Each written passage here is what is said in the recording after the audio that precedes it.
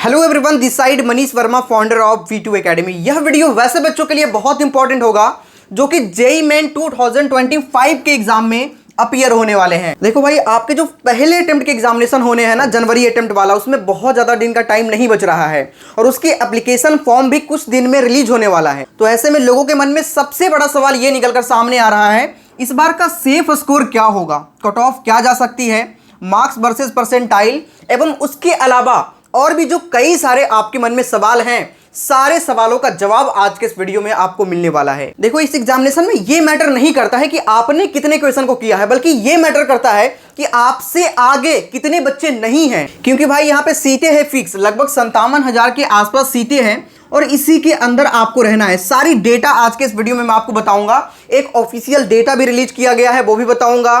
क्या कुछ cut off रह सकती है, जेईई मेन क्वालिफाई करके एडवांस में अपीयर होने के लिए क्या कुछ रह सकता है, इवन एक एक चीज आज के इस वीडियो में आपको जानने को मिलेगा। सो पूरी ध्यान से देखिएगा इस वीडियो को, ठीक है। देखो, सबसे पहला कट ऑफ होता है जो कि बहुत बेसिक होता है, ठीक है। कौन सा? जेईई मेन क्वालिफाई करके एडवांस के अंदर अपीयर होने के लिए कट ऑफ। इसमें ना तो आपको मेन के थ्रू एडमिशन मिलता है और ना ही एडवांस के थ्रू, सिर्फ आप जेईई मेन क्वालिफाई करते हैं और एडवांस में बैठने के लिए एलिजिबल होते हैं। उसमें भी मैं आपको बताऊं, पिछले साल लगभग 14.5 लाख बच्चा एग्जामिनेशन के अंदर अपीयर हुआ। ये मैं 2024 की बात कर रहा हूं। कितने बच्चे? 14.5 लाख बच्चे। लेकिन आप इस बात को सुनकर शॉक्ड हो जाएंगे कि कितने बच्चे एडवांस में बैठने के लिए एलिजिबल हुए। तो एडवांस में सिर्फ और सिर्फ 2.5 लाख बच्चे बैठे थे, और वो भी 2.5 लाख बच्चे बैठे नहीं थे, 2.5 लाख बच्चे क्वालिफाई किए थे, बैठे थे इससे भी कम। कितना, वो एग्जैक्ट डेटा मैं आपको दिखाऊंगा, लगभग 1,80,000 के आसपास बच्चा। तो आप सोच लो, जहां 14.5 लाख बच्चा इस जेईई मेन के एग्जाम में बैठ रहा है, वहीं क्वालिफाई कितना बच्चा कर रहा है? 2.5 लाख के आसपास। और उसमें से भी सारे बच्चे एग्जाम में नहीं बैठ रहा, बहुत सारे बच्चे फॉर्म फिल करते हैं, बहुत सारे बच्चे फॉर्म ही नहीं फिल करते हैं। तो इस तरह से एडवांस में बैठने के लिए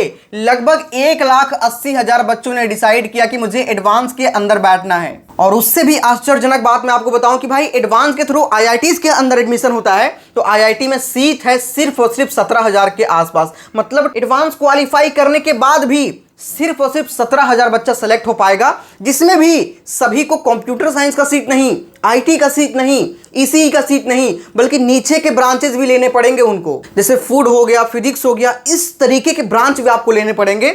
मतलब वो सारा कवर अप हो गया। तो भाई, आप इस बात से समझ सकते हैं कि कंपटीशन कितना तगड़ा है। सारी चीजें आज के इस वीडियो में हम करेंगे, साथ ही इस साल के कंपटीशन लेवल को भी हम देखेंगे। एक्चुअली हो क्या रहा है कि लगभग 2-3 सालों में, लास्ट के 2-3 सालों की अगर हम बात करें 2022 के बाद से, तो बच्चे लगातार बढ़ रहे हैं। इस बार एक्सपेक्टेशन नहीं थी कि लगभग 14.5 लाख बच्चे बैठेंगे, और 14.5 लाख बच्चे बैठे एग्जामिनेशन में। और भाई, इस चीज का अंदाजा फर्स्ट अटेम्प्ट में ही हो जाता है। फर्स्ट अटेम्प्ट में इस बार अगर मान के चलो 14 लाख बच्चा बैठ गया, तो मान के चलो इस बार number of appeared student 16 lakh plus कर जाएगा, क्योंकि लगभग 2 lakh new unique candidate session 2 के अंदर जरूर आते हैं, जिसमें कि बहुत सारे बच्चों का बोर्ड एग्जामिनेशन होता है, तो वो फर्स्ट अटेम्प्ट में नहीं बैठते हैं, सेकंड अटेम्प्ट में ही डायरेक्ट अपीयर होते हैं। तो हम एक एक डेटा को बहुत डिटेल्ड में चर्चा करेंगे। साथ में मैं आपको यह भी समझाऊंगा कि कैसे आप अपने मार्क्स को इंप्रूव कर सकते हैं। सारी बातें आज के इस वीडियो में करेंगे, सो पूरी ध्यान से इस वीडियो को आप देखिएगा। लेकिन भाई, फिर मैं कहूंगा, उससे पहले आप सभी से एक प्यारा सा रिक्वेस्ट है कि अभी सब्सक्राइब करके आप लोग बेल आइकन दबा लीजिएगा। फायदा क्या होगा कि यहां पे बहुत सारी इंपॉर्टेंट वीडियो आप सभी के लिए आती है, जिससे अगर आप देखेंगे तो आपको बहुत ज्यादा फायदा होगा, बहुत ही ज्यादा फायदा होगा।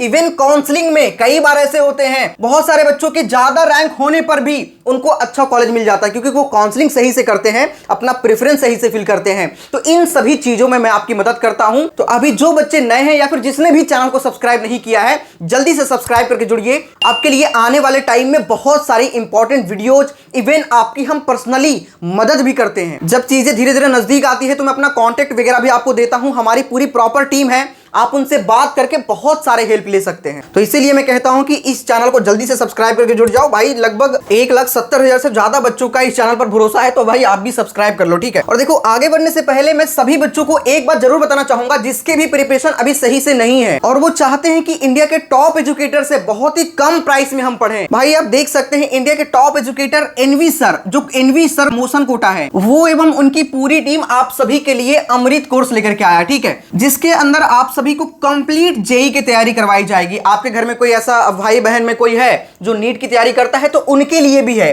जेई और नीट दोनों बच्चों के लिए ऑनलाइन प्रिपरेशन करने के लिए जो क्लास 11, 12, 13 सभी के लिए सिर्फ 1499 में आप सभी को बैचेस प्रोवाइड कर रहे हैं, जिसके अंदर recorded lecture, theory notes, exercise seats और भी बहुत सारी चीजें आपको मिलेंगे। देखो बहुत सारे बच्चे ऐसे होंगे जो ड्रॉपर होंगे, तो उनको अगर एक साथ में कंप्लीट बैच मिल जाए, वो रिवीजन करना चाहते हैं, तो आपके लिए बहुत इंपॉर्टेंट होगा, जिसके अंदर theory notes, exercise sheet, recorded complete lecture मिल जाएगा, जिसे आप आराम से बैठकर देख सकते हैं और एक साथ में आप कंप्लीट प्रिपरेशन अपना कर सकते हैं। तो आप इसे मोशन कोटा के एप्लीकेशन पे जाकर के ले सकते हैं, डिस्क्रिप्शन में इसका लिंक डाल दूंगा, ठीक है। अगर आप इस कोड का यूज करिएगा V2 लाइव, तो आपको मैक्सिमम लेवल का डिस्काउंट भी मिल जाएगा। तो बैच को परचेज करते टाइम आप ये कोड को जरूर यूज करिएगा। जैसे ही ये कोड लगाइएगा, आपको इसके अंदर भी जो यहां पे दिख रहा है 1499, इस पर भी आपको डिस्काउंट मिलेगा। तो एप्लीकेशन का लिंक डिस्क्रिप्शन में डाल दूंगा, जाकर के सभी बच्चे इस बैच को ले सकते हैं। जो क्लास 11th वाला लेना चाहते हैं 11th वाला, 12th वाला तो 12th वाला, और जो 13th यानी ड्रॉपर वाला है वो भी आप ले सकते हैं। ये कोड का यूज जरूर करिएगा, जिसमें आपको डिस्काउंट भी मिल जाएगा, ठीक है। तो जैसा कि मैंने आपको बताया कि सबसे पहला कट ऑफ होता है क्वालिफाइंग मार्क्स, ठीक है,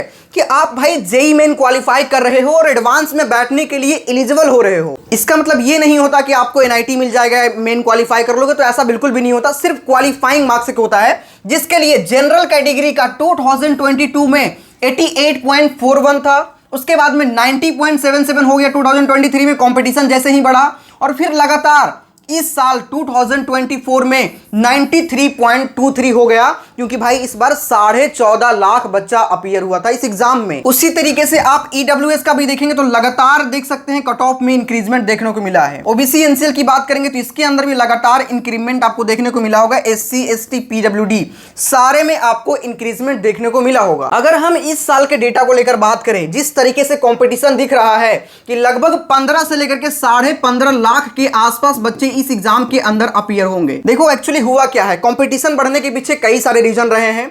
सबसे बड़ा रीजन ये है कि भाई अगर कोई नॉर्मल डिग्री करता है तो उसके लिए कोई भी कॉलेज जॉब के लिए एश्योर नहीं करता और ना ही आप एश्योर रहते हो। बट अगर कोई बीटेक करता है तो थोड़ी टेक्निकल चीजें भी उनको सीखने को मिलता है। साथ में कई सारे कॉलेजेस दावा करते हैं कि हमारे यहां से इतने का पैकेज आपको लग जाएगा, तो इस वजह से भी थोड़े लोग अट्रैक्ट होकर के बीटेक के लिए सोचते हैं। इसीलिए इसके अंदर कॉम्पिटिशन ज्यादा है, क्योंकि ये इंडिया लेवल के एग्जामिनेशन होते हैं, ये सबसे बड़े एग्जामिनेशन में से एक है। इसीलिए सारे बच्चे पहले इसको ट्राई करते हैं, यहां पे नहीं होता है उसके बाद में वो प्राइवेट या किसी अदर यूनिवर्सिटी के लिए ट्राई करते हैं। दूसरी बात, कई सारे जगह पर 4 ईयर का आपके नॉर्मल प्रोग्राम भी हो गए। जैसे कोई बच्चा बीए बीएससी बीकॉम करता है तो वो भी 4 ईयर में कर रहा है, और बीटेक भी 4 ईयर में कर रहा है, जबकि पहले यही 3 ईयर का था। तो इसी वजह से कई लोग सोचते हैं कि जो बीए बीएससी बीकॉम करेंगे उससे अच्छा कहीं बीटेक ही क्यों ना कर ले। तो यहां पे सारे बच्चे आपके कंपटीशन का हिस्सा नहीं है भाई। अगर 15 साढ़े 15 लाख बच्चा बैठ रहा है तो सारे आपके कंपटीशन का हिस्सा थोड़ी है। इसमें से जो बहुत सीरियस एस्पायरेंट हैं वो सिर्फ और सिर्फ 1 लाख के आसपास ही होंगे, जो अच्छी खासे किसी अच्छे इंस्टीट्यूट से तैयारी कर रहे होंगे, अच्छे से मेहनत कर रहे होंगे।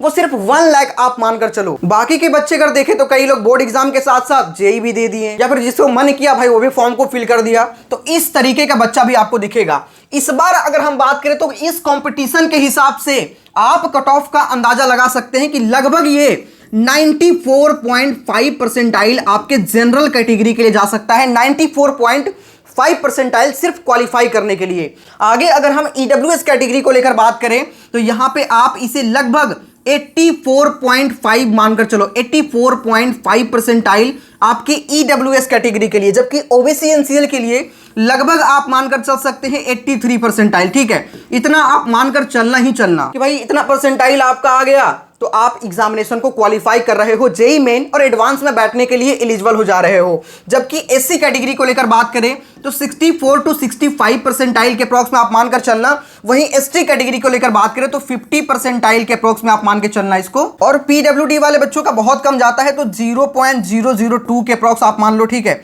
ये मान के चलना। इतने अगर आपके आते हैं तो जेई मेन क्वालिफाई कर जाएंगे और एडवांस में बैठने के लिए एलिजिबल हो जाएंगे।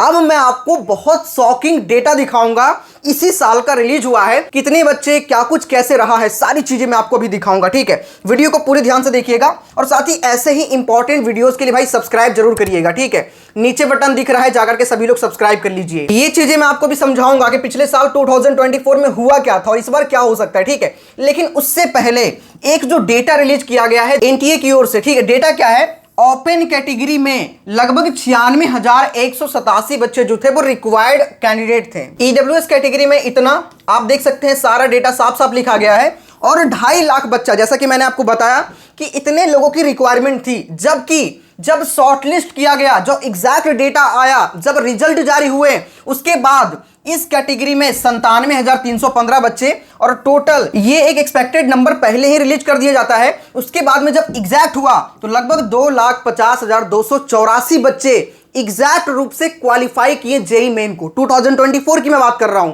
और हर साल लगभग इतना ही क्वालिफाई करते हैं। बच्चा कितना भी बढ़ जाए, बच्चा 17 लाख भी हो जाएगा ना, तो लगभग 2,50,000 2,51,000 के आसपास ही बच्चा इसी राउंड में जेईई मेन को क्वालिफाई करेगा। और क्वालिफाई कम करेगा क्योंकि भाई एडवांस में सभी को बैठने का मौका नहीं मिल सकता। तो यही एक वजह है कि नंबर ऑफ अपीयर्ड स्टूडेंट बढ़ने की वजह से वहां पे परसेंटाइल पे इंपैक्ट पड़ता है। लेकिन भाई परसेंटाइल कैसे निकलता है वो मैं आपको थोड़ा सा समझाऊंगा यहां पे, ठीक है। ऐसा नहीं कि बच्चा कम क्वालिफाई कर रहा है, बच्चा क्वालिफाई उतना ही कर रहा है। परसेंटाइल बस एक देखने का है, आपकी नजर का फेर है, ठीक है। परसेंटाइल क्या होता है, कैसे निकलता है, मैं आपको समझाऊंगा, ठीक है। पूरी ध्यान से वीडियो को आप देखिएगा। बच्चा उतना ही क्वालिफाई कर रहा है, लेकिन यही कि बच्चा ज्यादा बढ़ जा रहा है तो परसेंटाइल देखने में थोड़ा सा अजीब सा आपको लग रहा है। तो इतने बच्चे क्वालिफाई किए, इसके लिए ये परसेंटाइल रखा गया था, जैसा कि मैंने अभी आपको बताया कि ये कट ऑफ था और इसके लिए इतने बच्चों ने क्वालिफाई किया। लेकिन भाई इतने बच्चे क्वालिफाई तो किया, लेकिन फॉर्म कितना बच्चा भरा, क्वालिफाई कर गया, लेकिन सारे बच्चे एडवांस में थोड़ी बैठ जाएंगे, क्योंकि भाई एडवांस में बैठने के लिए थोड़ा जिगरा चाहिए। तो कितने बच्चों का जिगरा काम किया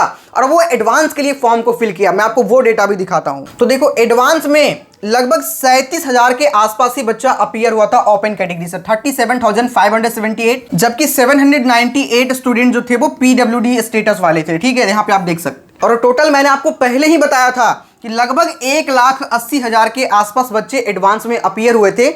1,80,200 बच्चे एडवांस में अपीयर हुए, जबकि क्वालिफाई कितने कर रहे हैं, 2.5 लाख से ज्यादा बच्चे, और अपीयर हो रहे कितना, 1,80,000। लगभग 70,000 बच्चों ने ये डिसाइड किया कि नहीं, हम एडवांस में बैठेंगे ही नहीं, मेन के थ्रू ही हम एडमिशन लेंगे। तो आप इस बात को समझ रहे होंगे, ठीक है। उसके बाद में सबसे इंपॉर्टेंट, इसमें से भी क्वालिफाई कितने किए, 14,083 बच्चे। क्वालिफाइंग के लिए एक मार्क्स रखा गया था 109 मार्क्स का, ठीक है। मैं आपको थोड़ा सा दिखा देता हूं, यहां पे जनरल कैटेगरी का 109 मार्क्स पे क्वालिफाई कर रहा था। देखो, ये 2023 का डेटा है। 2023 में हर सब्जेक्ट में एडवांस में क्वालिफाई करने के लिए मिनिमम 8 मार्क्स 7 7 4 4 4 ये कैटेगरी वाइज डिवाइडेड किया गया है, जबकि मिनिमम 86 मार्क्स लेकर के आ रहा था तो बच्चा एडवांस क्वालिफाई कर जा रहा था 2023 तक। लेकिन यही 2024 में भाई ये जंप करके 109 नंबर चला गया। मतलब 2024 में जिस बच्चे के 360 एडवांस के एग्जामिनेशन हुए थे, 360 मार्क्स का, 360 में से 109 नंबर जो बच्चा लेकर के आ रहा है वही एडवांस के लिए क्वालिफाई कर रहा है। और उसमें भी सब्जेक्ट वाइज भी था कि भाई हर सब्जेक्ट में आपको 10 नंबर लेकर के आने पड़ेंगे, जबकि कैटेगरी वाइज एससी कैटेगरी का 5 नंबर हर सब्जेक्ट में लाना पड़ रहा था, और टोटल एग्रीगेट 54 मार्क्स, ठीक है। ये सारा एग्जैक्ट डेटा आप देख सकते हो। ये खेल चलता है एडवांस में क्वालिफाई करने के लिए। तो जिसमें से बैठे थे 2.5 लाख के आसपास बच्चे, और रजिस्ट्रेशन कितने बच्चों ने किया, 1,80,000 के आसपास, और उसके बाद में जो क्वालिफाई किया वो 14,000 बच्चा क्वालिफाई किया। और उसमें से भी जो क्वालिफाई किया सभी का एडमिशन नहीं हुआ, सिर्फ सीट अलॉट हुए 6,846। इसमें से भी बच्चे छटते। ऐसा नहीं कि सिर्फ क्वालिफाई कर गए तो भाई हर बच्चे को सीट मिल जाएगा, ऐसा नहीं होता। क्वालिफाई करने का मतलब सिर्फ इतना होता है कि आप जोसा काउंसलिंग, जो काउंसलिंग के थ्रू आपके एडमिशन होते हैं, उस काउंसलिंग में आपको अपीयर होने का मौका मिलता है। और जोसा काउंसलिंग के थ्रू ही एडमिशन होता है, जिसके लिए पहले 6 राउंड होता था और इस बार 5 राउंड में आपके काउंसलिंग होने स्टार्ट हो गए।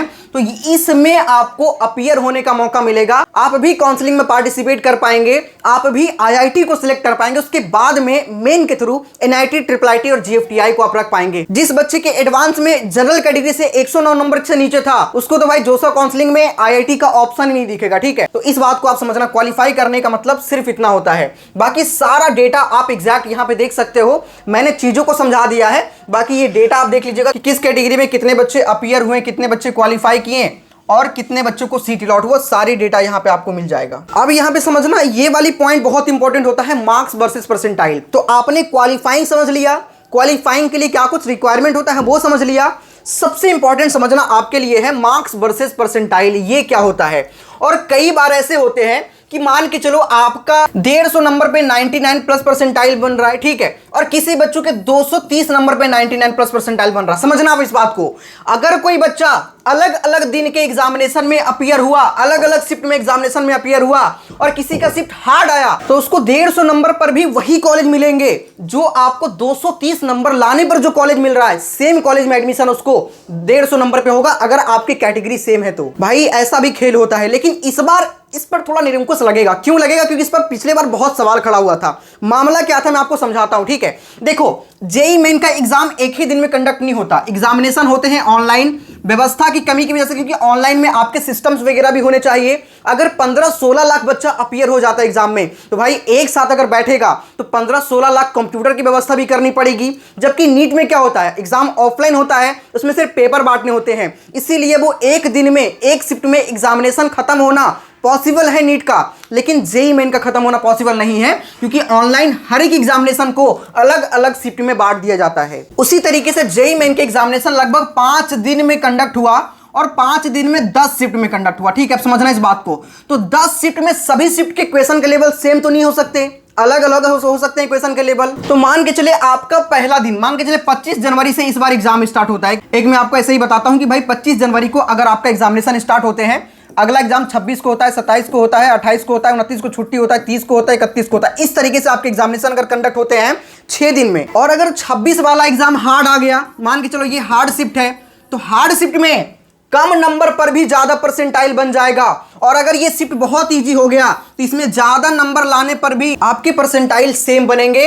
इसीलिए यहां पे होता है कि परसेंटाइल के अकॉर्डिंग ही रैंक बनता है। और जब सब चीजें नॉर्मलाइज होती है तो कोई बच्चे का 150 नंबर पर भी रैंक बन रहा है 10,000 के आसपास, और कोई बच्चा का 230 नंबर लाने के बाद भी उसका रैंक बन रहा है 10,001 के आसपास। इसलिए ये बच्चा भी उसी कॉलेज में जाएगा और ये बच्चा भी उसी कॉलेज में जाएगा, सेम ब्रांच के अंदर जाएगा। ये इंपैक्ट होता है अगर क्वेश्चन के लेवल को समान ना रखा जाए। इसी वजह से एनटीए पर एक सवाल खड़ा हुआ कि भाई क्वेश्चन के लेवल को भाई आप लगभग समान करो। ऐसा तो नहीं है कि आपके पास एक्सपर्ट लोग नहीं, एक्सपर्ट लोग हैं, तो अगर वो एक्सपर्ट है अपने फील्ड में, जैसे फिजिक्स वाले पेपर फिजिक्स वाला ही सेट करेंगे, केमिस्ट्री वाला केमिस्ट्री वाला ही सेट करेगा, मैथमेटिक्स वाला मैथमेटिक्स वाला ही सेट करेंगे, तो ऐसा तो नहीं कि आपके पास एक्सपर्ट की कमी है। तो आप लगभग पेपर को समान रखिए, जिससे कि ये चीजें देखने को मिले ही नहीं कि कोई शिफ्ट हार्ड हो गया, कोई इजी हो गया। और हार्ड और इजी का अंदाजा भी इस वजह से लगाया जाता है कि किसमें ज्यादा क्वेश्चन को बच्चे ने अटेम्प्ट किया। अगर किसी शिफ्ट में किसी क्वेश्चन को बच्चे ने ज्यादा अटेम्प्ट किया तो वो इजी हो जाएगा, और कम अटेम्प्ट किया तो वो हार्ड हो जाएगा। इस तरीके से हार्ड और इजी का अंदाजा लगाया जाता है। तो इस वजह से पिछले बार काफी ज्यादा इस पर सवाल खड़ा हुआ और इस बार ये अनुमान नहीं लगाया जा रहा, ठीक है।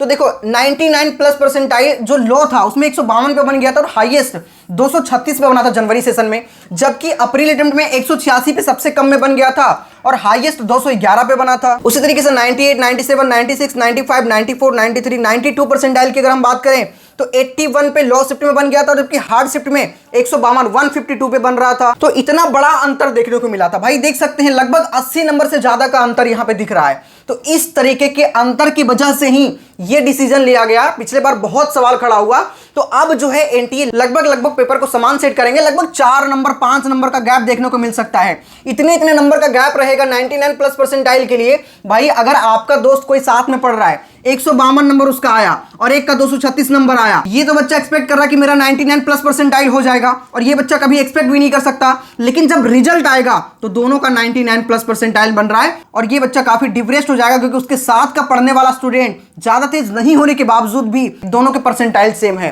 तो यही प्रॉब्लम देखने को मिलता है। तो इसीलिए अगले बार इस बात पर ध्यान रखा जाएगा 2025 में, ठीक है। और लगभग 4-5 नंबर का गैप दिखे तो भाई चलता है, क्योंकि अलग अलग शिफ्ट में एग्जामिनेशन हो रहे हैं। तो आप एक अनुमान मानकर चलना कि कंपटीशन बढ़ेगा, इस वजह से कम 99 प्लस परसेंटाइल के लिए 220 प्लस का टारगेट आप लेकर चलना, ठीक है। 220 मार्क्स अगर किसी बच्चों के आते हैं तब उसके परसेंटाइल 99 प्लस हो पाएंगे, ठीक है। यहां पे कोई भी परसेंटाइल वाला में ना कोई भी कैटेगरी काम नहीं करता कि किसी बच्चों के जनरल कैटेगरी है तो 220 पे लाना पड़ रहा है और SC ST है तो 180 पे हो जाएगा, ऐसा नहीं होता, ठीक है। परसेंटाइल वगैरह सबके सेम होते हैं, रैंक वगैरह सबके सेम होते हैं। एडमिशन के टाइम पे क्या होता है कि SC ST कैटेगरी वाला जो 2 लाख रैंक है, 3 लाख रैंक है, उसको NIT मिल जाएगा, जबकि जनरल कैटेगरी वाला का 50,000 से कम रैंक है तभी उनको NIT मिल पाएगा।